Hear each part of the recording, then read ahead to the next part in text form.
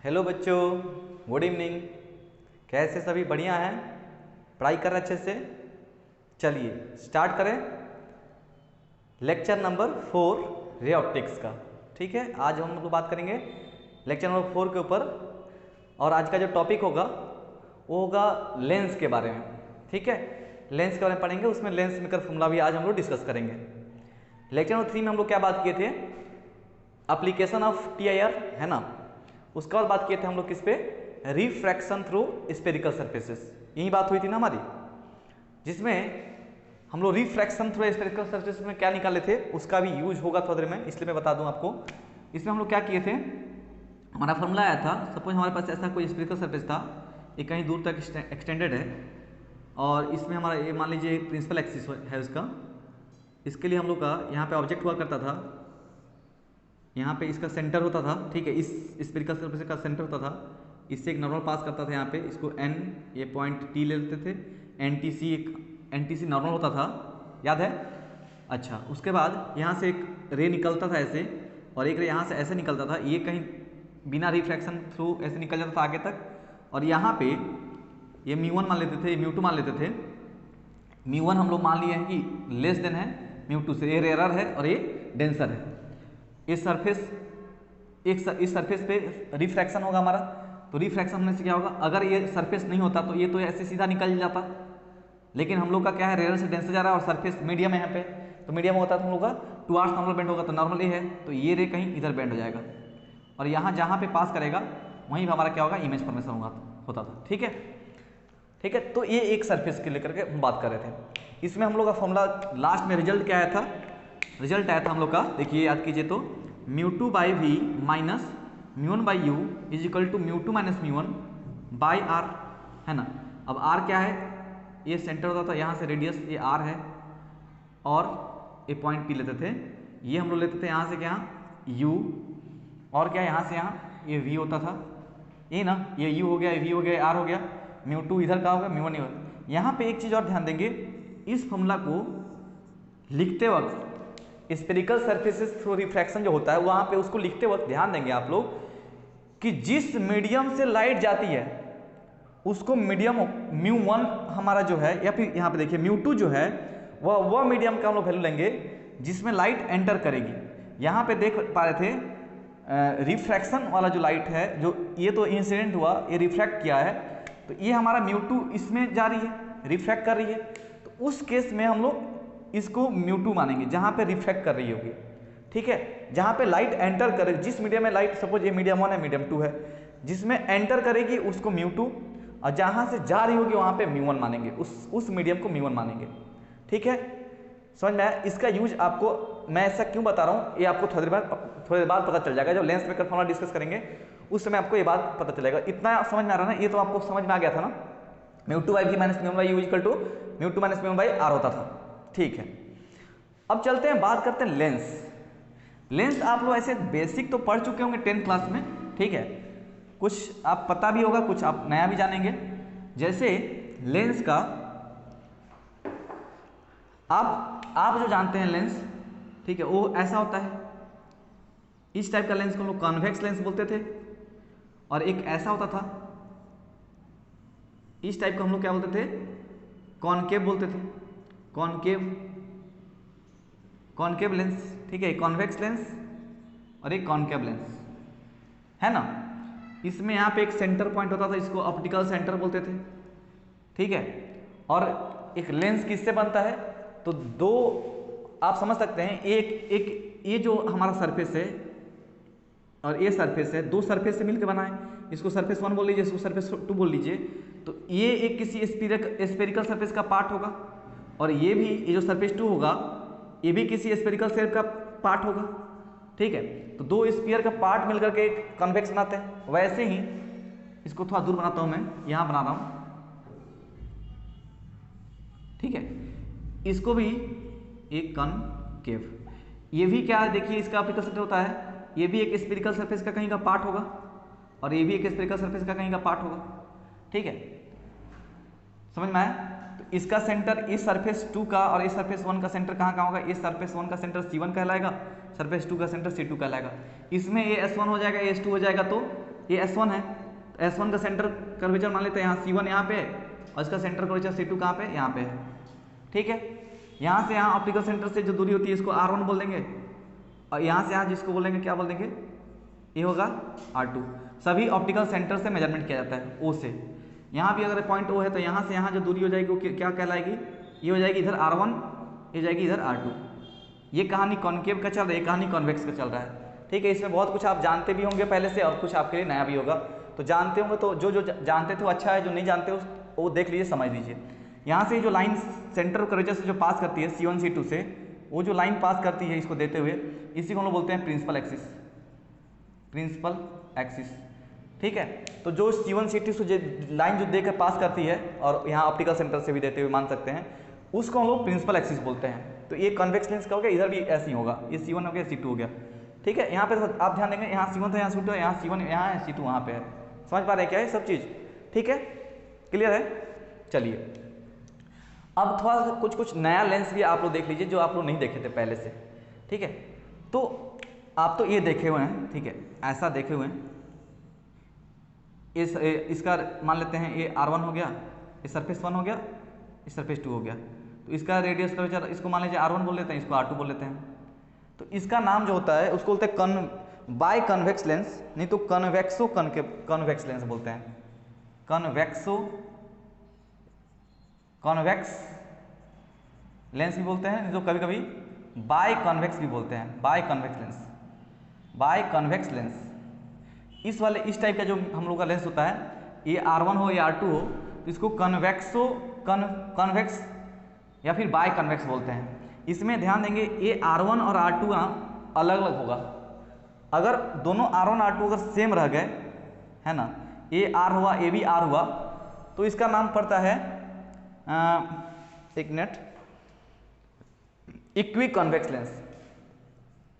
Equi convex lens, यहां तक दिख रहा है ना आपको? ठीक है, इक्वी कॉन्वेक्स लेंस बोलते हैं। यहां अगर R सेम रहा तो इक्वी कॉन्वेक्स, R1 R2 रहा तो कन्वेक्सो कन्वेक्स या फिर बाय कन्वेक्स लेंस।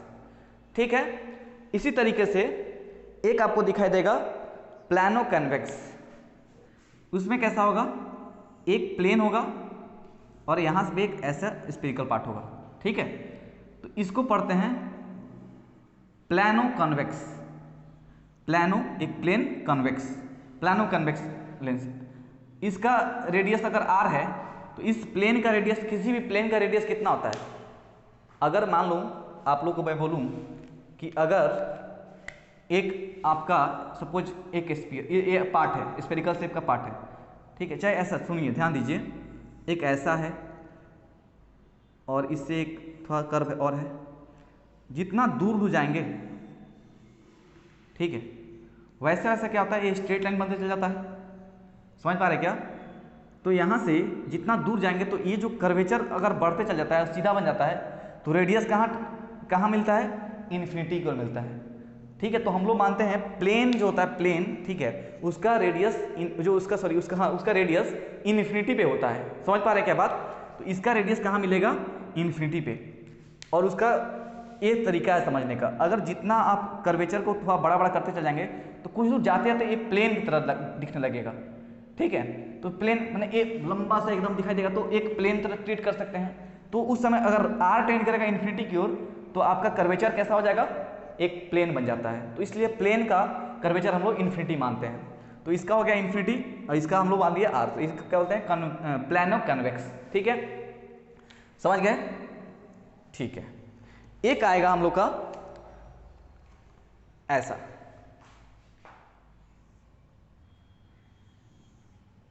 ठीक है, हाफ चांद, थोड़ा टेढ़ा हो गया, कॉनकेवो कॉन्वेक्स। ठीक है, इसको बोलते हैं कॉनकेवो कॉन्वेक्स लेंस। ठीक है ना? अब आप देखिए कॉनकेवो माने कॉनकेव इस टाइप का अगर आता है, अगर बस इसको याद रखना है कि देखिए इसमें कॉन्वेक्स भी एक टाइप का दिख रहा है। ठीक है, कॉन्वेक्स का भी दिख रहा है, ऐसे कॉन्वेक्स होता है, और कॉनकेव का कैसा होता है? कुछ इस तरीके से कॉनकेव। ठीक है, तो उसको मिला करके इसमें आप पहले लिखेंगे कॉनकेवो, है ना, अगर इसको मान रहे हैं कॉनकेव टाइप, ठीक है, तो उसको कॉनकेवो और फिर कॉन्वेक्स लिख देते हैं। तो इसका नाम ही पड़ता है इस तरीके से कॉनकेवो कॉन्वेक्स। खैर आपके सिलेबस में इतना कुछ पूछेगा नहीं, इसके थ्रू आपको कोई इमेज या फिर कोई इमेज प्रेजेंटेशन नहीं होगा, कोई क्वेश्चन नहीं आएगा, ठीक है, बट बस एक बेसिक नॉलेज के लिए कॉनकेवो कॉन्वेक्स बोलते हैं उसको, ठीक है, याद रख लेंगे। उसी तरीके से ऊपर में लिख देता हूं, एक दिखेगा ये वाला, ऐसा वाला, ठीक है, जैसे इसका नाम पड़ा ना वैसे इसका भी नाम पड़ता है। इसको बाय कॉन्वेक्स लेंस बोले ना, इसको बोलेंगे biconcave lens, biconcave lens R1 R2, और इस सेम रहा तो इक्वी कॉन्केव लेंस, ठीक है। अगर इस सेम रहा R1 R और R1 R2 और R1 R ही रहे, दोनों R रेडियस सेम रहे, तो उस समय क्या बोलेंगे इक्वी कॉन्केव लेंस। इस तरीके से यहाँ पे ऐसा दिखे एक प्लेन और उसमें ऐसा, ठीक है, तो ये क्या हो जाएगा, ये क्या हो जाएगा जी, ये हो जाएगा प्लेनो कॉन्केव लेंस, एक प्लेन, ठीक है, इसका इन्फिनिटी रेडियस, इसका R, प्लेनो कॉन्वेक्स था ना ये, वो प्लेनो कॉन्केव लेंस हो जाएगा, ठीक है। उस तरीके से जैसे यहाँ पे था ना, यहाँ पे आपको ऐसे दिखता है, जैसे ऐसे होगा, ओह नहीं,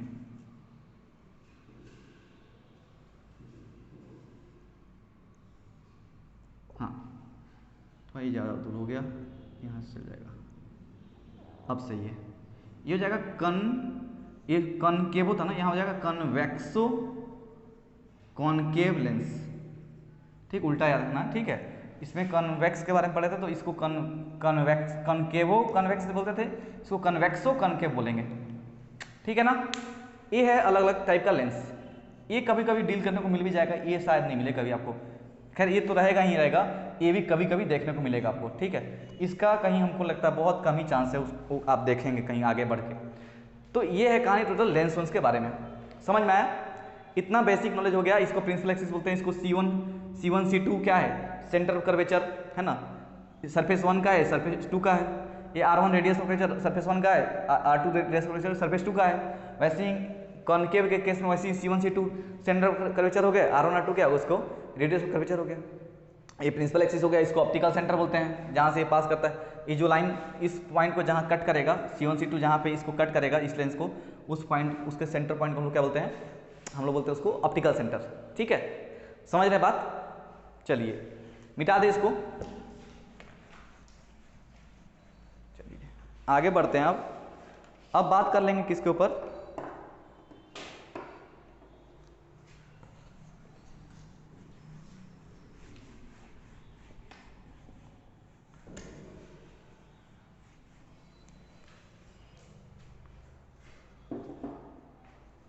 अब बात करेंगे फोकस। सुने हैं आप, जानते भी हैं, याद कीजिए, ये प्रिंसिपल एक्सिस है और एक लाइन सॉरी एक रे पैरेलल आती है इस प्रिंसिपल एक्सिस से, सॉरी यहाँ पे नहीं, यहाँ पे ये कहीं इन्फिनिटी से अगर आती है तो ये इसके फोकस से पास करती है, ये भी पढ़े होंगे आप 10th में, ठीक है। तो इसको फोकस बोलते हैं, जहाँ पे रे आकर सच में मिले या फिर दिखाई दे मिलते हुए, तो उसको फोकस बोलते हैं। लेकिन हमारे पास लेंस के केस में ना 2 फोकस होता है, 2 फोकस होते हैं, F1 F2, ठीक है। उसको फोकस का पूर्ण फॉर्म फोकाई होता है, ठीक है। तो इसको हमारे पास 2 फोकस दिखाई देंगे, या फिर बोल सकते हैं simply there are foci in lens, है ना कि 2 फोकस होंगे। तो उस F1 F2, खैर इसको F1 बोलते हैं, बट मैं फिर भी अलग अलग करके दिखा दे रहा हूँ। देखिए 4 डायग्राम बनाऊंगा, चारों में अलग अलग सिचुएशन होगा, ध्यान देंगे इसको अच्छे से। एक हमारे पास लेंस ऐसा है, कॉन्वेक्स लेंस, इसका प्रिंसिपल एक्सिस ये है, कहीं इन्फिनिटी से रे आ रही है, ऑब्जेक्ट हमारा कहाँ पे है, इन्फिनिटी पे है कहीं, वहाँ से ऑब्जेक्ट से रे आ रही है ऐसे ऐसे करके, सॉरी। तो यहाँ से ये क्या होंगी, किसी पॉइंट, कॉमन पॉइंट से वो पास होती हैं, उस कॉमन पॉइंट को हम लोग फोकस बोलते हैं। और इस केस में हम लोग इसको बोलते हैं f2, ठीक है। तो एक कॉन्वेक्स लेंस का कहानी हो गया, और इस लेंथ को बोलते हैं f2 फोकल लेंथ। ये कहानी किसका है? कॉन्वेक्स लेंस का है, ठीक है। और इसको मैं यहाँ पे एक और ड्रॉ करता हूँ। अगर हमारे पास एक लेंस ऐसा है, एक लेंस हमारे पास कुछ ऐसा है, और ये इसका सेंटर पॉइंट है, यहाँ से ऑप्टिकल सेंटर पास कर रहा है, sorry axis, principal axis pass कर रहा है, और इसमें हमारा कहीं मान लीजिए आ रहा है रे कहाँ से, कहीं इन्फिनिटी से, ठीक है। तो कहीं इन्फिनिटी से आने से ये क्या होगा, डाइवर्ज कर जाता है ऐसे, इतना तो आपको याद ही होगा, है ना, डाइवर्ज कर जाता है। इसको अगर कहीं आप खींचेंगे तो कहीं कॉमन पॉइंट पे मिलते दिखाई देंगे। इसको हम बोलते हैं f2। इस केस में ये हो गया किसका केस? कॉनकेव का केस। समझ में आ रहा है? ये हमारा कॉनकेव का केस हो गया, कॉन्वेक्स लेंस का केस हो गया, ठीक है।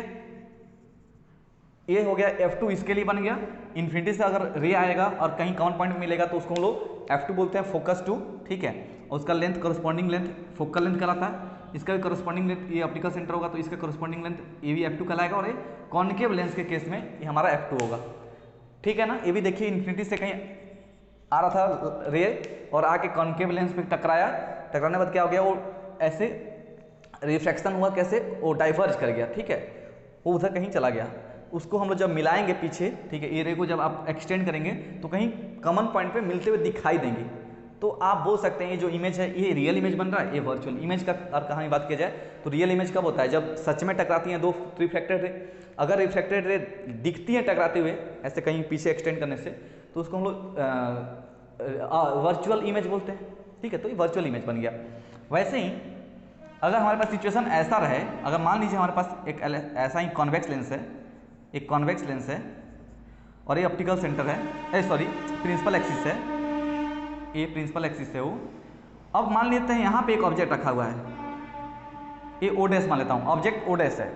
अब यहाँ से जो रे जाएगी, यहाँ से जो रे निकलेंगी, मान लीजिए एक रे यहाँ से गई, एक रे यहाँ से गई, एक रे यहाँ से गई, एक रे यहाँ से गई, ये क्या हो जाती हैं, ये इस पर गिरने के बाद पैरेलल हो जाती हैं।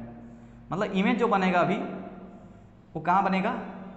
Image will be at infinity, image will be at infinity. यहाँ पे क्या था? Object is at infinity, object infinity पे है, ऑब्जेक्ट एट इन्फिनिटी। तो जब ऑब्जेक्ट इन्फिनिटी पे होता है, इमेज हम लोग का कहीं मिलता है, ठीक है, तो उसको f2 से रिप्रेजेंट करते हैं। और यहाँ भी, और यहाँ भी देखिए ऑब्जेक्ट कहीं इन्फिनिटी से आ रहा है रे, ठीक है, तो वो कहीं मिल रहे हैं। तो ये हमारा वर्चुअल और रियल इमेज तो कहानी अलग हो गया, लेकिन हमारा इसमें डिस्टिंग्विश करने का f2 f1 में क्या है कि अगर कोई ऑब्जेक्ट कहीं इन्फिनिटी पे है और उसका जो रे आफ्टर रिफ्रैक्शन किसी कॉमन पॉइंट में मिलती हैं, तो उसको हम लोग f2 से रिप्रेजेंट करते हैं। इसमें और इसमें दोनों f2 है, ठीक है। अलग बात है इधर राइट में दिख रहा है, वो लेफ्ट में दिख रहा है, आएंगे साइन कन्वेंस के ऊपर, लेकिन इतना समझ में आ रहा है ना, f2 f2 समझ में आ रहा है ना। इसको हम लोग बोलते हैं f1, और यहाँ से यहाँ जो लेंथ होगा वो f1 कहलाएगा। ये फोकल लेंथ 1 हो गया कॉन्वेक्स लेंस के लिए, इस केस के लिए जब हम लोग का ऑब्जेक्ट यहाँ रखा गया होगा और उसका इमेज कहीं इन्फिनिटी पे बनेगा, ठीक है। इसका इस केस में कैसा दिखेगा?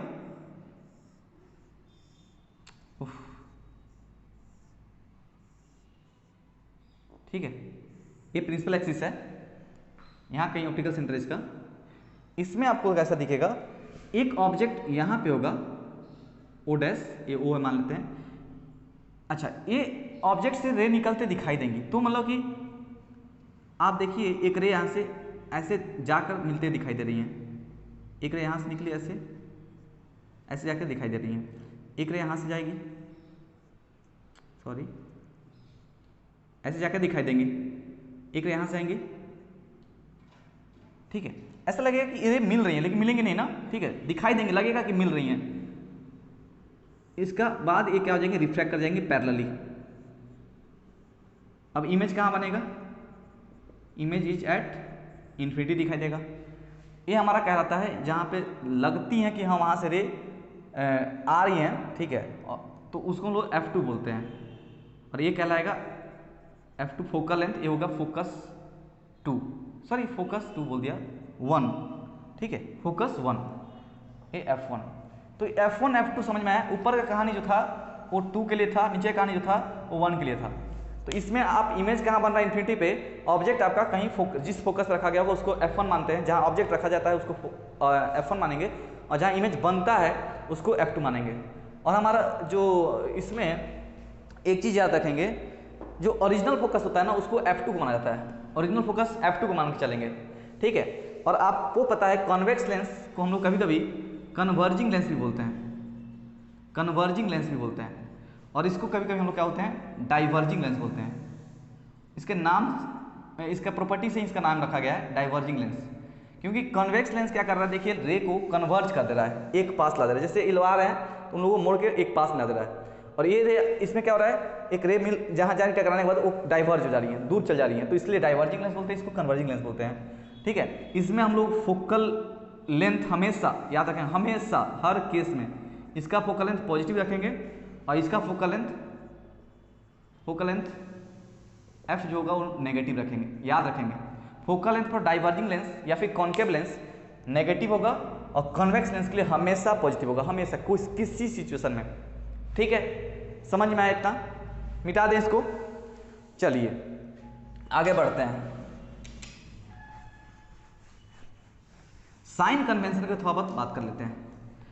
साइन कन्वेंशन में ध्यान देंगे कि हमारा जो रे है ना ये कहीं से आ रही है सपोज, तो कोशिश यही रहेगा, कोई भी कन्वेक्स लेंस या फिर कॉन्केव लेंस है जो भी है उसका कोशिश हम लोग करेंगे कि रे हमेशा लेफ्ट से लेकर आया जाए, ठीक है, ये एक प्रिंसिपल एक्सिस हो गया, लेफ्ट से लाया जाए, ठीक है, इंसिडेंस कराया जाए, और जो रिफ्रैक्शन हो वो राइट में, है ना, ये ऑप्टिकल सेंटर है, तो ऑप्टिकल सेंटर का लेफ्ट से कोशिश करेंगे कि रे आए और राइट में मिले, मैंने कोशिश करेंगे, ठीक है। अगर आपको कहीं इधर से भी आते दिख रही तो ऐसा कोई इशू नहीं है, बट हमारी कोशिश यही रहेगी कि राइट से हमें, लेफ्ट से हमेशा रे को लाएं और राइट में रिफ्रैक्शन कराएं, ठीक है, राइट में रिफ्रैक्शन कराया जाए। ओके, समझ में आया। अच्छा, इसी केस में ये हमारा ये हो गया फोकस है ना F2, ये F2 फोकल लेंथ। अच्छा, ऐसा रे अगर आए तो क्या होगा, अगर ये प्रिंसिपल एक्सिस है और रे कहीं ऐसे आए तो क्या होगा, ठीक है, या फिर इसमें इसी केस में एक और, अगर रे कुछ ऐसे जाए तो क्या होगा, आप बताइए, थोड़ा सा ध्यान, थोड़ा दिमाग लगाइए। ये ऑब्वियसली फोकस से पास करेंगे क्योंकि पैरेलली कहीं इन्फिनिटी से आ रही है, ये कहीं इन्फिनिटी से आ रही है पैरेलली, तो फोकस से ही पास करेंगे। लेकिन थोड़ा सा क्या होगा, एक आपका अभी थोड़ा देर बाद एक प्रॉपर्टी पढ़ाऊंगा मैं, एक रे मान लेते हैं ऐसे ही यहाँ से इसके ऑप्टिकल सेंटर से पास कर रहा है, वो चल जाएगा ऐसे ही, ठीक है। जो भी रे ऑप्टिकल सेंटर से पास करती है बिना रिफ्रैक्शन के चल जाती हैं, ठीक है, तो इसको याद रखेंगे। और साथ में देखिए ये कहीं इधर दिखाई देंगे मिलते हुए, थोड़ा ऊपर नीचे हो गया, लेकिन ध्यान देंगे अगर ये इसी लेंस में, कलर चेंज करता हूँ, अगर इसी लेंस में एक रे ऐसे आ रही है तो ये यहाँ पे मिलते दिखाई देंगी, ठीक है। और उसी लेंस में अगर थोड़ा सा मैं इसको बेंड करके लाऊं, कुछ एंगल बना दूं, इसका थीटा एंगल कर दूं, तो वो थोड़ा नीचे शिफ्ट कर जाती हैं, मतलब ये कहलाता है, ये कहलाता है principal focal plane, focal plane कहते हैं वह प्लेन जहाँ पे हमारा डिफरेंट फोकस मिलता जाए अलग अलग एंगल के लिए, एक प्लेन बन जाता है, प्लेन में लाई करेगा, ठीक है। इसमें भी देखिए ये एक रे जाएगी तो ऐसे चल जाएगी और यहाँ से ऐसे पास करेंगे, यहाँ से ऐसे, तो इसका कहीं इधर ये फोकल प्लेन कहलाएगा। उसी फोकल प्लेन में अगर एंगल आप चेंज करेंगे तो हो सकता है यहाँ मिल जाए, यहाँ मिल जाए, यहाँ मिल जाए, यहाँ मिल जाए, यहाँ अलग अलग पॉइंट पे आपको क्या दिखाई देगा, आपका उसका अलग अलग फोकस दिखाई देगा, समझ में आ रहा है, ठीक है। तो ये एंगल चेंज करने से चेंज होता रहता है, तो ध्यान इस चीज़ का याद रखेंगे, आगे आपको फ्यूचर में यूज भी पड़ेगा इसका, ठीक है। ये सब छोटा सा बात है लेकिन बहुत जरूरी बात है, ठीक है, ये सब बहुत जरूरी बात है, छोटा सा बात है लेकिन बहुत जरूरी बात है, याद रखेंगे सबको, एक एक बात को मैं जो बोल रहा हूँ याद रखेंगे। तो लेफ्ट से हमेशा कोशिश करेंगे रे आए, राइट को रिफ्रैक्शन हो। सेकेंड हम लोग क्या लिखते हैं साइन कन्वेंशन में कि आपका जो डायरेक्शन, सपोज इसमें ऐसे रे आ रही है, ठीक है, ऐसे रे आई, ऐसे रे आ रही है सपोज, ठीक है, और वो यहां से पास कर गई, तो अब हमारा क्या हो जाएगा, अच्छा C1 कहीं इधर ही होगा, ये C1 हो जाएगा, ये S1 हुआ, S2 हुआ, C1 यहाँ पे ये हो जाएगा, C2 कहीं इधर होगा, और ये हमारा हो जाएगा R2, ये हो जाएगा R1, ये हो जाएगा F2, है ना, तो ये हो जाएगा स्मॉल f2 फोकल लेंथ, ये F2 हो गया फोकस 2, ये C1 C2 R1 R2, समझ में आया। अब यहाँ पे सपोज कोई ऑब्जेक्ट रखते, ठीक है, ऑब्जेक्ट इन्फिनिटी से आ रहा है, सॉरी ऑब्जेक्ट इन्फिनिटी से आ रहा है, हमारा ये क्या हो जाएगा, ये हो जाएगा v, ये इमेज डिस्टेंस। इसमें साइन कन्वेंशन क्या ध्यान देना है कि जहां से रे आती हैं, जिस डायरेक्शन से रे अगर सपोज इधर से आ रही हैं, लेफ्ट से राइट जा रही हैं, तो जिस डायरेक्शन में रे जाती है ना, उस डायरेक्शन में आने वाली चीज को पॉजिटिव लेते हैं। मतलब ये हमारा ऑप्टिकल, ये जो हमारा लाइन है, ये ऑप्टिकल सेंटर होता है, ये पॉइंट O होता है, इसी के अबाउट हम लोग इसको रेफरेंस मानते हुए हम लोग सब कुछ मेजर करते हैं, ठीक है। एक तो बात याद रखेंगे, सभी जितने मेजरमेंट ऑप्टिकल सेंटर्स होंगे और अलोंग प्रिंसिपल एक्सिस होंगे, ये भी एक साइन कन्वेंशन में यूज करते हैं हम लोग, ठीक है। सभी हमारा जितना मेजरमेंट होगा ऑप्टिकल सेंटर से होगा और अलोंग द प्रिंसिपल एक्सिस होगा। उसके बाद ये हमारा बात चल रहा है, थर्ड पॉइंट मैं बोल रहा हूँ। फर्स्ट पॉइंट आपको बताया था कि लेफ्ट से आने की कोशिश करेंगे, राइट में मिलाने की कोशिश करेंगे उसको रिफ्रैक्शन के बाद। सेकंड पॉइंट, हमेशा ऑप्टिकल सेंटर से हमारा क्या होगा, मेजरमेंट होगा और अलोंग द प्रिंसिपल एक्सिस होगा, सेकंड पॉइंट, ठीक है, साइन कन्वेंशन का।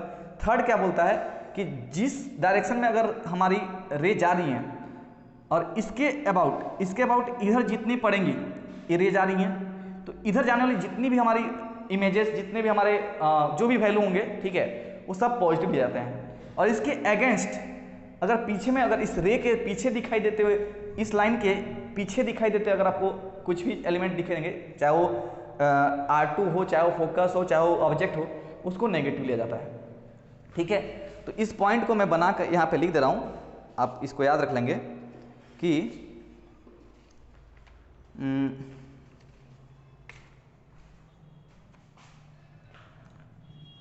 distances measured along the principal axis, along the principal axis in the direction of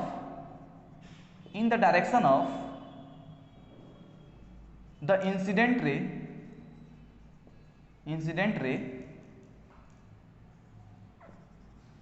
are taken as positive and those measurement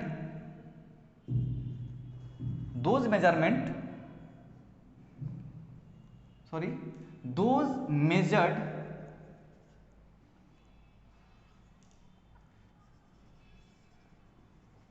against the direction of the incident ray are taken as negative, ठीक है। वही बात को wording में लिखा गया है कि हम लोग क्या करेंगे, डिस्टेंसेस जो मेजर करना होगा अलोंग द प्रिंसिपल एक्सिस, अगर वो डायरेक्शन ऑफ इंसिडेंट रे के अलोंग रहा तो पॉजिटिव लेंगे और अगेंस्ट रहा उसके तो नेगेटिव लेंगे। वही बात को वर्डिंग में लिखा गया है, कुछ नया बात नहीं बताया गया, ठीक है, याद रख लेंगे। और हमेशा इसके अबाउट ही होगा, ये हमारा ऑप्टिकल सेंटर उसका रेफरेंस लाइन होगा, ठीक है। ये हो गया साइन कन्वेंशन। और एक इसमें साइन कन्वेंशन क्या होता है कि प्रिंसिपल एक्सिस के ऊपर जितने भी हमारे वैल्यू होंगे, प्रिंसिपल एक्सिस हमारा ये होता है, ठीक है, इसके ऊपर जितने होंगे पॉजिटिव और जितने नीचे होंगे वो नेगेटिव, ठीक है, समझ में आया। चलिए आगे बढ़ते हैं। ये है टोटल कहानी लेंस के ऊपर। लेंस का कुछ अब हम लोग को बेसिक ज्ञान चाहिए आपको इमेज फॉर्मेशन के लिए, बेसिक नॉलेज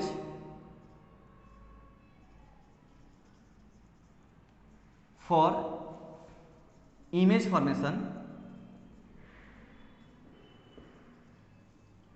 इन लेंस, ठीक है। कुछ बेसिक हम लोग को नॉलेज चाहिए इमेज फॉर्मेशन कैसे होता है, ठीक है, वो किस रूल्स, उसके कुछ रूल्स होते हैं, उसको हम लोग देखेंगे एक एक करके। पहला रूल क्या कहता है कि अगर हमारे पास कोई लेंस है, वो चाहे कॉन्वेक्स हो, चाहे वो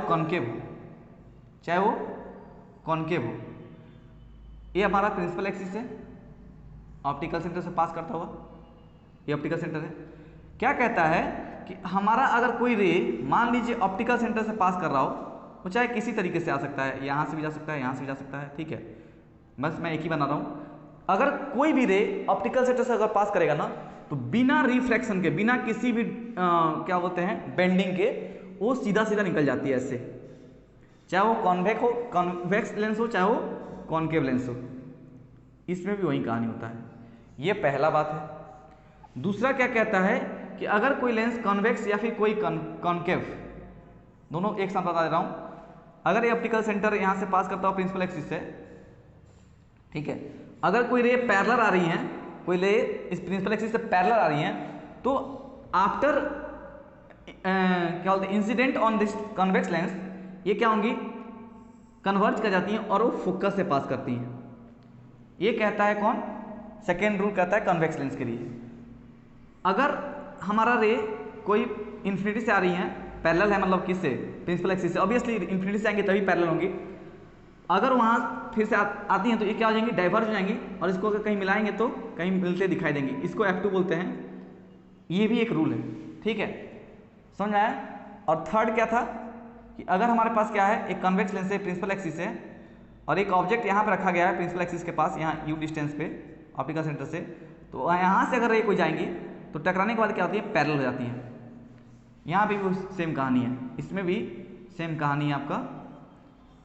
ये प्रिंसिपल एक्सिस हो गया, ऑप्टिकल सेंटर हो गया, यहाँ एक ऑब्जेक्ट रखा गया है ओडेस कोई ऑब्जेक्ट रखा गया है। यहाँ से अगर कोई रे निकलती है, मतलब आइदर यहाँ से आते दिखाई दे रही है, यहाँ से निकलती मतलब यहीं पे मिलते दिखाई दे रही है, ये ऑब्जेक्ट है, क्योंकि हम जानते हैं ना, अब इसमें जो रे आएंगी ये यहाँ से कहते हैं बेंड हो जाती हैं, पैरेलल हो जाती हैं। ये कहीं आप एक्सटेंड करेंगे तो यहाँ से लगेगी कि हाँ O2 पे ओ डैश पे कहीं आ रही हैं, वहीं से आ रही हैं, ठीक है। तो ये ओ डैश हमारा मतलब कि क्या हो जाएगा, इस एक्सिस पे कॉनकेव लेंस के लिए ऑब्जेक्ट बन गया। एक कॉनकेव लेंस के लिए ये ओ डैश ऑब्जेक्ट बन गया, और ये ओ डैश कॉन्वेक्स लेंस के लिए ऑब्जेक्ट बना। तो मतलब कहने का यह है कि अगर हमारा ऑब्जेक्ट किसी प्रिंसिपल एक्सिस पर रखा गया है, कॉन्वेक्स हो चाहे कॉनकेव हो, वो क्या हो जाएगा, इसके टकराने के बाद वो सीधा चल जाएगा कहाँ, इन्फिनिटी पे चल जाता है, ठीक है, समझ में आया। ये भी याद रख लेना आप लोग को। तो ये है टोटल बेसिक आपका नॉलेज, किसके लिए, रूल्स बोल सकते हैं, basic rules for image formation. तो लेंस के लिए अब अलग अलग इमेज बनता है, वो भी आपको 10th में बताया गया होगा, ठीक है। कॉन्वेक्स कॉनकेव लेंस के लिए अलग अलग पोजीशन पे अलग अलग इमेज मिलता है, ठीक है। हमारे पास F1 F2 है ना, C1 C2 सब दिखाई देता है हम लोग को। तो इसको थोड़ा सा आप लोग 10th के बुक निकाल करके एक बार देख लेंगे, ओके। चलिए आगे बढ़ें, आगे बढ़ा जाए, सब कुछ समझ में आ रहा है ना। अब चलते हैं, बड़ा ही इंपॉर्टेंट टॉपिक है हमारा टॉपिक है लेंस मेकर फॉर्मूला। हमारा हेडिंग डालेंगे अभी, लेंस मेकर फॉर्मूला, ठीक है। ये बहुत इंपॉर्टेंट टॉपिक है, एग्जाम में आता भी है, ठीक है। जितने भी हम लोग लेंस बनता है हमारा, ठीक है, जो हम लोग स्पेक्टेकल पहनते हैं, वो इसी फॉर्मूला को बेस्ट दे करके बनाया जाता है, ठीक है। तो ये हम लोग इसमें एक एजम्पशंस लगाएंगे फिलहाल हमारे लिए कि lens are of thin type, है ना, पतला लेंस हम लोग मान के चलेंगे, ज़्यादा मोटा लेंस नहीं हमारा। हमारे केस में लेंस कैसा होगा, पतला होगा, ठीक है, okay. Lens are of thin type, है ना, थिन टाइप का लेंस होगा। अब चलते हैं, ड्रॉ करते हैं डायग्राम इसका। यहाँ पे मैं ड्रॉ करता हूँ, देखिए, भले ही थिन है लेकिन हम लोग डायग्राम बनाने से थोड़ा उसको बड़ा दिखाएंगे। ये सेंटर पॉइंट मान लें ऑप्टिकल सेंटर है, यहाँ से एक प्रिंसिपल एक्सिस पास कर रही है, ठीक है, ओके। इसको हम लोग मान लेते हैं S1 है, चलिए नीचे S1 मानते हैं, ये S1 है, S2 है, ठीक है। अच्छा, ये O पॉइंट है, ओके। हम लोग मान लेते हैं S1 के करस्पॉन्डिंग हम लोग को क्या दिखाई देगा, एक यहाँ पे C1 दिखाई देगा, इधर कहीं C2 दिखाई देगा, ठीक है ना। यहाँ से एक नॉर्मल पास करते हुए यहाँ से पास करेंगी, ठीक है। फिलहाल के लिए इतना ही रखते हैं, ये एन है, चाहे N1 बोल लीजिए, चाहे एन ही रन देते हैं, एन, ये पॉइंट टी, ये पॉइंट C1, ओके है, ठीक है। यहाँ से ये हमारा कितना हो जाएगा, ये R1 ले लेंगे, ठीक है। यहाँ से यहाँ क्या जाएगा, R2 हो जाएगा, ओके। चलिए यहाँ तक समझ गए। उसके बाद इस पे भी आएंगे, इसका भी एक हम लोग का नॉर्मल खींचेंगे, उस पर दोबारा आऊँगा मैं। मान लेते हैं हमारे पास, एक मिनट,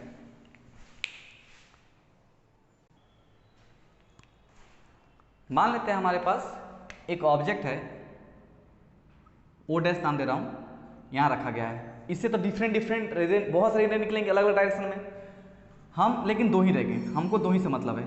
एक रे यहाँ से निकलेंगी, इस पे जाएंगी, क्योंकि ऑप्टिकल सेंटर जा रही है तो बिना रिफ्रैक्शन के ऐसे आगे निकल जाएंगी, ठीक है। और एक रे मान लेते हैं यहाँ से गई और इस टी पॉइंट पे टकराई। टी पॉइंट टकराने के बाद अब मान लेते हैं इसका मीडियम 1 है, इसको मैं μ1 बोल दे रहा हूँ, इसको मैं μ2 बोल दे रहा हूँ, फिर से मीडियम 1 ही हो गया, B1। इधर मान लेते हैं कुछ भी हो सकता है, वाटर या फिर एयर, ठीक उसी में रखा गया है, ठीक है। इसका μ2 बोल दे रहा हूँ, ओके। अब देखिए फिलहाल के लिए हम लोग इसमें लेते हैं μ1 रेयरर और ये इसको डेंसर मान के चल रहा है, ठीक है। मतलब मैं ले रहा हूँ μ1 लेस देन μ2 है। तो अगर आप बताइए, अगर ये हमारा सरफेस नहीं होता, सरफेस S1 नहीं होता और ये रे यहाँ से जाती तो चल जाती ऐसे सीधा, लेकिन ये हमारा रेयर से डेंसर के रिमूव कर रही है, ये सरफेस आ रहा है हमारे पास, तो ये थोड़ा सा बेंड हो जाएंगी, ऐसा ना जा करके ये कुछ इस डायरेक्शन में मुड़ जाएंगी। समझ में आ रहा है आपको, समझ रहे ना? तो कुछ ऐसे मुड़ जाएंगी। अब इसको हम लोग अगर पीछे एक्सटेंड करें तो कहाँ मिलते दिखाई देंगे, कहीं यहाँ पे, ठीक है। समझ पा रहे बात, कहीं यहाँ पे। इसको मैं बोलता हूँ आई डैश, इसका इमेज ओ डैश का इमेज आई डैश पे, क्योंकि ये रे यहाँ से गई, इसको पीछे एक्सटेंड कीजिए, जहाँ पे कोई रे अगर मिलते हुए दिखाई, ये वर्चुअल इमेज बन रहा है, ठीक है ना, क्योंकि ये सच में नहीं मिल रही है, मिलते हुए दिखाई दे रही है। तो वो आई डैश जो हो गया वो हमारा क्या बन गया, image for O dash, O dash के लिए इमेज बन गया आई डैश। समझ पा रहे हैं? और कैसे बना समझ में आ रहा है? ओ डैश से दो रे निकला, एक गया ऐसे सीधा चला गया ऐसे बिना रिफ्लेक्शन के, एक यहाँ से ऐसे गया और रेयर से डेंसर जा रहा है सरफेस के ऊपर S1 के ऊपर, तो थोड़ा सा अपना डायरेक्शन चेंज करेगा, टुवार्ड्स नॉर्मल बेंड होगा। टुवार्ड्स नॉर्मल जब बेंड होगा तो उसको हल्का सा मैंने बेंड करके यहाँ पे पीछे उसको एक्सटेंड किया, तो आई डैश हमको यहाँ दिखाई दिया, ठीक है। तो इसको अगर मैं ओ डैश है तो इसको मैं अगर U1 बोल दे रहा हूँ, चाहे सपोज U बोल दे रहे हैं, ठीक है, तो ये कहलाएगा, मान लेते हैं इमेज 1 के लिए V1, ठीक है। समझ पा रहे हैं? ठीक है। अब आई डैश जो हमारा ओ डैश का इमेज था फर्स्ट सरफेस के लिए, फिलहाल फर्स्ट सरफेस फोकस करेंगे। फर्स्ट सरफेस के लिए S1 हमारा फर्स्ट सरफेस है। अब उसके करस्पॉन्डिंग हमारा क्या है, ओ डैश हम लोग इमेज ले रहे, ऑब्जेक्ट ले रहे हैं फर्स्ट सरफेस के लिए, उसका इमेज आपको आई डैश पे मिला। समझ पा रहे हैं ना? अब क्या करेंगे, सेकेंड सरफेस का जब बात आएगा तो आई डैश सेकेंड सरफेस के लिए ऑब्जेक्ट बन जाएगा। मतलब जो ओ डैश इसका ओ डैश ऑब्जेक्ट था फर्स्ट सरफेस के लिए और उसका इमेज I1 था, आई डैश था, सेकेंड सरफेस के लिए आई डैश क्या बन जाएगा, ऑब्जेक्ट बन जाएगा। उसको वर्चुअल ऑब्जेक्ट तरह ट्रीट करते हैं, ठीक है। इसका virtual image I dash second surface के लिए वर्चुअल ऑब्जेक्ट बनकर ट्रीट किया जाएगा। तो उसका इमेज कहाँ दिखाई देगा, तो यहाँ से भी एक रे निकलते हुए दिखाई देंगे ऐसे, ठीक है, और यहाँ से भी एक रे जाते दिखाई देंगे यहाँ से, और वो अब यहाँ पे आप देख रहे हैं एक नॉर्मल यहाँ से आप दिखाई देगा, C2 मैंने बोला था ना, यहाँ से एक ड्रॉ करेंगे हम लोग C2। चलिए एक मैं यहाँ से नॉर्मल ड्रॉ करता हूँ, ध्यान देंगे इसको, ये नॉर्मल यहाँ से कहीं पास करेगा, 10 हो गया, ओके। ये N dash T C2, N dash T C2, ये सेकेंड सरफेस का नॉर्मल है, ठीक है। अब वहाँ पे आप देख पा रहे थे, अब यहाँ पे आप देख पा रहे थे ये थोड़ा सा बेंड होकर के देखिए, ये यहाँ से यहाँ पहुँचा था, है ना। अब यहाँ पे आप ध्यान देंगे, फिर डेंसर से रेयर जा रहा है, तो डेंसर से रेयर जा रहा है तो क्या होगा, नॉर्मल से अवे जाएगा। अगर ये सरफेस नहीं होता तो ये ऐसे निकल जाता, रे यहाँ से ऐसे निकल जाती, लेकिन अब ये थोड़ा अवे फ्रॉम बेंड होगी तो नॉर्मल से दूर जाएंगे, तो दूर जाएंगे कहीं यहाँ पे दिखाई देंगे। ये हमारा आई हो गया, ये रियल इमेज है हमारा, फाइनल इमेज बोल सकते हैं, फाइनल इमेज, ठीक है, इसको हम लोग यहाँ से माप मेजर करेंगे तो इसको मैं मानता हूँ v। ये है टोटल कहानी लेंस मेकर का, टोटल उसका डायग्राम का, कैसे इमेज फॉर्मेशन हो रहा है लेंस मेकर फॉर्मूला में, वो है टोटल कहानी। S1 S2 दो सरफेस है, उसका करस्पॉन्डिंग C1 है, इसका करस्पॉन्डिंग C2 है, इसका करस्पॉन्डिंग R1 है, इसका करस्पॉन्डिंग R2 है। उसके बाद एक रे प्रिंसिपल एक्सिस से पास कर रही है, वह ऑप्टिकल सेंटर है। यहाँ पे हम लोग ऑब्जेक्ट रखे हैं ओडेस, वहाँ उससे एक रे यहाँ से गई, सीधा चली गई, ऑप्टिकल सेंटर से पास करते हुए एक रे यहाँ से गई, ये नॉर्मल था इसके ऊपर, यहाँ से डेंस, ये रेयर से डेंसर जा रही है तो away from towards normal bend होगी। टुवर्ड्स नॉर्मल जब हम लोग ड्रॉ किए, पीछे एक्सटेंड किए, तो यहाँ पे इमेज आइडेस मिला, किसका, ओडेस का, ये वर्चुअल इमेज हो गया। यही इमेज सेकंड सरफेस के लिए कैसा बन गया, ऑब्जेक्ट बन गया, वर्चुअल ऑब्जेक्ट। और वो वर्चुअल ऑब्जेक्ट यहाँ पे टकराने के बाद यहाँ से ये फाइनल इमेज यहाँ बनाई, बस यही कहानी है। उसका ये सब तो आपको समझ आ रहा है, E1 V क्या है, V1 क्या है, U क्या है, R2 क्या है, R1 क्या है, C1 C2 क्या है, I क्या है, ये तो आपको पता चल गया ना। μ1 μ2 क्या है, समझ में आ गया ना, ठीक है। अब आते हैं वो जो बात बता रहा था रिफ्रैक्शन थ्रू स्फेरिकल सरफेसेस, उसका यूज यहाँ पे है। हम लोग याद कीजिए लिखे थे μ2 by V minus μ1 by U equal to μ2 minus μ1 by R, जिसमें मैं बोला था μ2 उस को लेंगे जहाँ पे रे एंटर कर रही होंगी, ठीक है, और μ1 जहाँ से रे आ रही होंगी। μ2 उस वाले को लेंगे जहाँ पे रे एंटर कर रही होंगी। तो फर्स्ट सरफेस में रे किस में एंटर कर रही हैं, μ2 में एंटर कर रही हैं, ठीक है, और V उसी का लेंगे। तो हम लोग का अगर मैं बात करूँ refraction at surface 1, refraction at surface 1 बात किया जाए, ठीक है, रिफ्रैक्शन एट सरफेस 1 बात किया जाए, तो आपको from refraction through spherical surfaces आपको फॉर्मूला पता है, आप उस फॉर्मूला को यहाँ पे लगाएंगे, इस सरफेस 1 पे लगाएंगे। यहाँ पे रे एंटर करेगी किसमें, μ2 में, तो हम लोग फिलहाल तो यहाँ μ2 ही दिखेगा, है ना, यहाँ पे फिलहाल μ2 ही दिखेगा।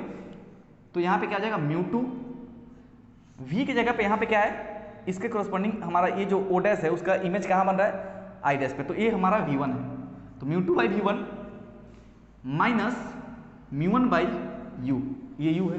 ध्यान देंगे कि मैं अभी साइन कन्वेंशन नहीं लगा रहा हूँ, ठीक है, वो जब फाइनल आपको वैल्यू आएगा और क्वेश्चन में आपको देगा तो उस समय आप क्वेश्चन में आप देख लेंगे साइन कन्वेंशन के बारे में, फिलहाल मैं नहीं लगा रहा हूँ, ठीक है। चलिए उसके बाद ये कितना हो जाएगा, और इसी के करस्पॉन्डिंग हम लोग इसको लिख लेंगे, ये μ2 यहाँ पे μ1 दिख रहा है तो यहाँ पे लिख लेंगे μ2 माइनस μ1 बाई R। R कौन सा होगा, फर्स्ट सरफेस के बाद चल रहा है तो हम लोग R1 लिखेंगे यहाँ पे, ये हो जाएगा R1, इसको इक्वेशन 1 बना देंगे, समझ में आया। वैसे ही हम लोग बात करेंगे रिफ्रैक्शन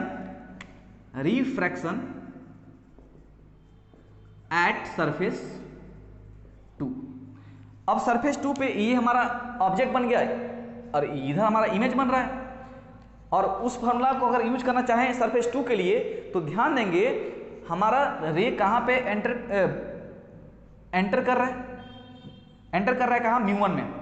तो हम लोग बोल रहे थे ना μ2 वह मानेंगे इस फॉर्मूला में, μ2 उसको मानेंगे जहाँ पे रे एंटर कर रहे होंगे, μ1 उसको मानेंगे जहाँ से रे आ रही होंगी। तो सेकेंड सरफेस के लिए μ2 हमारा कौन सा हो जाएगा, ये जहाँ एंटर कर रही है, ये रे यहाँ से इधर जा रही है ना, समझ में आ रहा है क्या, ठीक है, जहाँ पे जिसमें जा रही होंगी ना उसको μ2, ठीक है, और जहाँ से आ रही होंगी उसको μ1। फिलहाल हमारा इसमें जा रही है किसमें, सेकेंड सरफेस के लिए किसमें जा रही है, μ1 में जा रही है, तो μ2 की जगह पे क्या डालेंगे, μ1 डालेंगे, ठीक है, इसमें डालेंगे μ1। उसके करस्पॉन्डिंग V कहाँ पे है, इमेज कहाँ बन रहा है, ये एग्जैक्टली V पे ही बन रहा है, तो V भी लिख देंगे, माइनस अब μ1 वह है जहाँ से आ रही है, तो आ कहाँ से रही है, μ2 से, इस सरफेस के लिए आ रही है μ2 से रे, ठीक है, तो ये हो जाएगा क्या, ये हो जाएगा μ2 बाय U कौन सा है, अब U हमारा हो गया इसका, इस सरफेस का ऑब्जेक्ट कहाँ पे है, आई डैश पे है, ये V1 है, ठीक है, समझ गए। और इसके ऐसे ही लिख लेंगे जैसे यहाँ पे है ना, वैसे ही यहाँ पे लिखेंगे μ1 माइनस μ2 बाय, ये हो जाएगा R2, सरफेस 2 के लिए बात चल रहा है, समझ में। ये चीज इंपॉर्टेंट था, ये चीज यहाँ डालना, इसका यूज करके इंपॉर्टेंट है। यहाँ पे μ2 वह है जहाँ पे रे किसी मीडियम में एंटर कर रही हैं, और μ1 वह है जहाँ से आ रही हैं। तो फर्स्ट सरफेस में μ2 हमारा ये था, इसमें एंटर कर रही थी, और μ1 हमारा ये था। सेकेंड सरफेस में क्या था, ये हमारा μ2 था जो हम लोग μ1 डाल दिए, और ये हमारा एंटर कर रही है, जहाँ पे एंटर कर रही है वो μ1 हो गया, तो μ1 हमारा यहाँ पे μ2 बन गया, ये μ2 यहाँ पे दिया है, यहाँ पे जहाँ एंटर कर रही है वहाँ μ2 दिया है, यहाँ पे जहाँ जा रही है वहाँ पे μ1 दिया है, उसके हिसाब से हमने डाल दिया। समझ में आया क्या? तो इसको इक्वेशन 2 बना देंगे, इक्वेशन 2। तो ये रिफ्रैक्शन हमारा सरफेस 1 से हुआ, ये रिफ्रैक्शन हमारा सरफेस 2 से हुआ। अब टोटल रिफ्रैक्शन कितना हुआ उसको निकालने के लिए क्या करेंगे, इक्वेशन 1 और इक्वेशन 2 को ऐड कर देंगे। तो नेट रिफ्रैक्शन निकालने के लिए हम लोग क्या करेंगे, इक्वेशन 1 इक्वेशन 2 को ऐड कर देंगे। तो एडिंग इक्वेशन 1 एंड इक्वेशन 2 हमें क्या मिलेगा, देखिए हम लोग मिलेगा μ2 by v1 minus μ1 by u plus इसको ऐड कर लीजिए μ1 by v minus μ2 by v1 equal to μ2 minus μ1 by r1 plus μ1 minus μ2 by r2। ठीक है, समझ में आ रहा है? चलिए यहां से देखिए ये दोनों क्या होंगे, कट गए। यहां से क्या मिला, μ1 by v minus μ1 by u equal to, इसमें μ2 माइनस μ1 अगर कॉमन निकालूं तो यहां क्या करना पड़ेगा, अगर मैं थोड़ा सा देखिए इस चीज को मैं ऐसे लिख सकता हूं क्या, यहां प्लस की जगह माइनस साइन डाल दूं और यहां पे लिख दूं μ2 माइनस μ1 बाय r2। इसके जगह पे इतना लिख सकते हैं क्या, मैंने माइनस एक कॉमन माइनस अंदर डाला, माइनस मल्टीप्लाई कर दिया, माइनस बाहर मल्टीप्लाई किया, माइनस अंदर मल्टीप्लाई किया, तो इसके माइनस मल्टीप्लाई करने से μ2 यहाँ आ गया, μ1 इधर चला गया और यहाँ माइनस लग गया। नहीं समझे? समझ में आ गया ना? तो यहाँ पे मैं क्या करूँगा, μ2 माइनस μ1 कॉमन ले जाऊँगा और अंदर रह जाएगा कितना 1 बाई r1, यहाँ पे माइनस 1 बाई r2। ठीक है, जस्ट पलट दिए उसको, माइनस अंदर मल्टीप्लाई बार मल्टीप्लाई करके। यहाँ से देखिए यहाँ से चल जाएगा μ1 कॉमन चल जाएगा, ये बन जाएगा 1 by v minus 1 by u equal to μ2 minus μ1, जगह ही नहीं है, ये हो जाएगा कितना μ1 बाई v, सॉरी μ1 कॉमन चल जाएगा यहाँ से 1 by v minus 1 by u equal to μ2 minus μ1 1 by r1 minus 1 by r2। Okay है, समझ में आ गया है? ठीक है, तब ये बस यहाँ से फाइनल ही है, इसको मिटा रहा हूँ उधर। यहाँ से देखिए इसको रखेंगे इधर 1 by v minus 1 by u, ये जाके इधर डिवाइड करेंगे, क्या हो जाएगा μ2 minus μ1 by μ1 1 by r1 minus 1 by r2। इसको वहाँ पे देखिए 1, इसको इधर रखे, उधर लेके डिवाइड कर दिए, μ2 माइनस μ1 बाय μ1 हो गया और ये तो ऐसे ही रहेगा। यहाँ से हम लोग ऐसे भी लिख सकते हैं 1 by v minus 1 by u। अब इसको डिवाइड करेंगे क्या हो जाएगा μ2 बाय μ1 माइनस 1, सॉरी माइनस 1, तो ये हो जाएगा 1 by r1 minus 1 by r2। अब यहाँ पे एक μ2 माइनस μ1 को आप ऐसे लिख सकते हैं, μ2 बाय μ1 याद है, आप लिखे थे μ12। ठीक है, कोई किताब में ऐसे लिखता है μ21, है ना, μ2 बाय μ1 ऐसे भी लिखता है। तो अब किताब अलग अलग वैरी होता है, वो आप देख लेंगे, बट आपको बस ऐसे लिखना आना चाहिए, μ2 बाय μ1 ऐसे लिखना आना चाहिए। ठीक है, तो μ2 μ1 आपको पता रहेगा, तो इसमें आप ऐसे जाने चाहे नहीं जाने, लेकिन ऐसे तो जानते हैं ना, आप पुट कर लेंगे वैल्यू।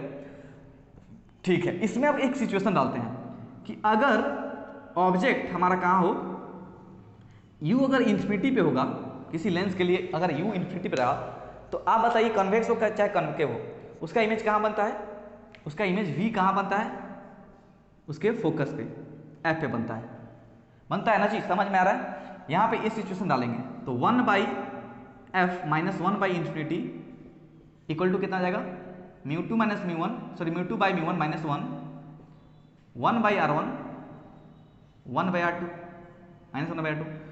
तो यहाँ से क्या मिला, 1 by f is equal to μ2 by μ1 minus 1 by r1 minus 1 by r2।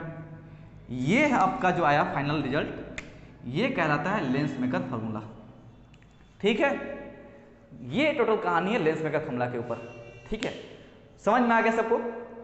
ठीक है, चलिए फिर आज का लेक्चर एंड करते हैं। अच्छा लगा हो लेक्चर तो लाइक कर दीजिएगा। Thank you.